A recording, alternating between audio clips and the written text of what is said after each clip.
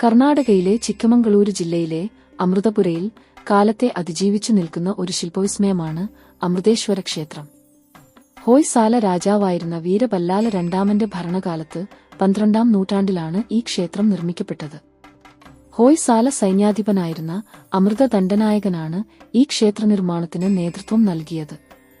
ഹോയ്സാല ശില്പകലയുടെ വികാസഘട്ടത്തെ പ്രതിഫലിപ്പിക്കുന്ന ഒരു പ്രധാന സ്മാരകമായാണ് അമൃതേശ്വര ക്ഷേത്രം വിലയിരുത്തപ്പെടുന്നത്. ഹോയ്സാല ശില്പകലയിലെ അതികായനായ രുവാരി മല്ലിതമ്മയുടെ കരവിരുതുകൾ ഈ ക്ഷേത്രത്തിന്റെ മണ്ഡപങ്ങളിലും ശില്പങ്ങളിലും തെളിഞ്ഞു നിൽക്കുന്നു. മൃദുവായ സോപ്പ് സ്റ്റോണിൽ തീർത്ത ഈ ക്ഷേത്രം ഏകകൂട ശൈലിയിൽ ഒരു പ്രധാന ഗർഭഗൃഹവും അതിനു മുകളിൽ മനോഹരമായ ഒരു വിമാനത്തോടും കൂടിയാണ് നിർമ്മിച്ചിരിക്കുന്നത്.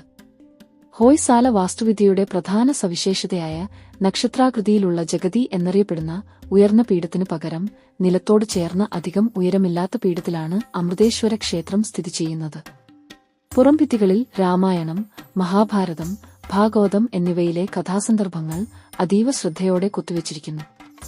ഭക്തിയും കലയും ചരിത്രവും ഒത്തുചേരുന്ന അമൃതേശ്വര ക്ഷേത്രം 800-ലധികം വർഷങ്ങൾക്കിപ്പുറവും ആ തനിമ ചോരാതെ നിലകൊള്ളുന്നു.